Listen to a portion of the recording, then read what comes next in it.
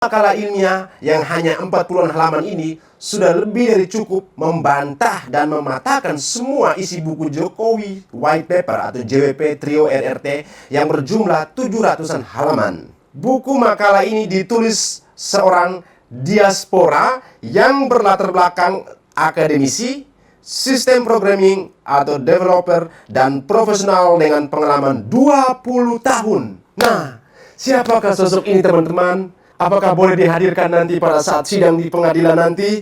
Mudah-mudahan ya, kalau buku Jokowi White Paper itu sebagai barang bukti tambahan, ya akan jelas memperkuat bagaimana tindakan mereka dalam hal actus reus ya untuk RRT atau teroris ini. Nah, siapa sosok ahli ini, teman-teman? Di sini menulis ke bawah, makalah ini ditulis oleh seorang diaspora yang berlatar belakang akademisi, sistem programming atau developer, dan profesional dengan pengalaman 20 tahun. Apakah pengalaman si Roy Rismontiva ini sama dengan pengalamannya seorang penulis ini?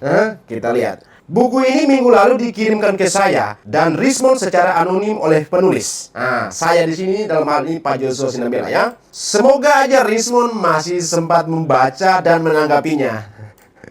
Apakah dia berani membantah buku ini? Rismond, apakah berani membantah buku ini? Ayo, karena Anda nantang bilang ilmu harus dibalas dengan ilmu. Ini loh, baru 40 halaman, bukan 700 halaman seperti kalian. 40 halaman ini bikin keok nih. Kita lanjut ya. Secara umum, semua inti poin-poin makalah ilmiah ini selaras dengan jawaban BAP ahli saya di kasus ini sejak beberapa bulan lalu.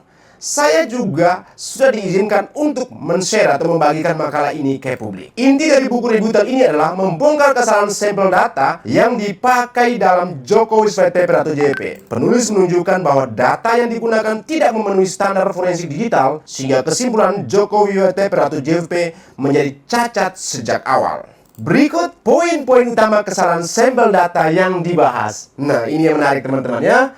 Kesalahan sampel data. Sampel A atau foto ijazah Jokowi dari Dian Sandi dikategorikan sebagai digital orphan atau berkas yatim ya. Terus yang berikut, tidak ada metadata asli, tidak ada chain of custody, dan kualitasnya sudah turun akibat generation loss atau transmisi berulang ya. Artinya, sampel ini tidak layak dijadikan bukti forensik. Dengar tulisan ya, sampel yang dari Dian Sandi itu tidak layak ya. Kenapa? Kualitasnya sudah turun akibat generation loss atau transmisi berulang. Kemudian tidak ada chain of custody atau tidak ada metadata asli ya. Oke, kita lanjut. Kualitas berkas digitalisasi rendah.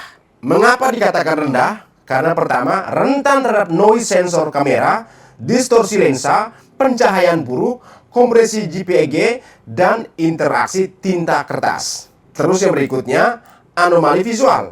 Misalnya, stempel yang tampak hilang bisa muncul hanya di versi digital, bukan di dokumen fisik. Nah, ini yang Rismond kekeh banget soal stempel ini ya. Berikutnya, kesalahan metodologi analisis. Ya, ini yang paling payah ya, kesalahan metodologi analisis ya. Pertama, teknik yang seharusnya dipakai untuk dokumen lahir digital atau born digital malah diterapkan pada dokumen hasil digitalisasi. Contohnya, penggunaan error level analysis atau ELA yang salah kaprah sehingga noise normal dianggap bukti manipulasi. Ini luar biasa, ini sanggahannya ya. Hormat kepada penulis ini ya. Berikutnya, bias algoritmik dalam kode Python ya.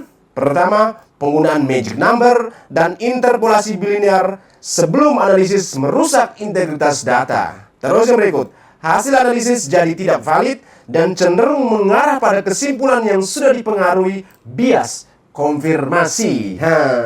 Kesimpulannya, kesalahan sampel data ini membuat seluruh klaim JWP tidak sah secara ilmiah. Anomali yang diklaim sebagai bukti pemalsuan sebenarnya hanyalah efek dari proses digitalisasi dan artefak saluran, bukan kondisi dokumen fisik ya. Di sini ada informasi tentang siapa sosok penulis ini ya, teman-teman. Pertama, memiliki pengalaman lebih dari 2 dekade atau 20 tahun dalam bidang sistem programming and software development. Yang kedua, kompetensi utamanya adalah fisika terapan, pemrosesan citra digital, dan dinamika sensor yang menjadi dasar analisis dalam sanggahan terhadap JWP, Jokowi White Paper.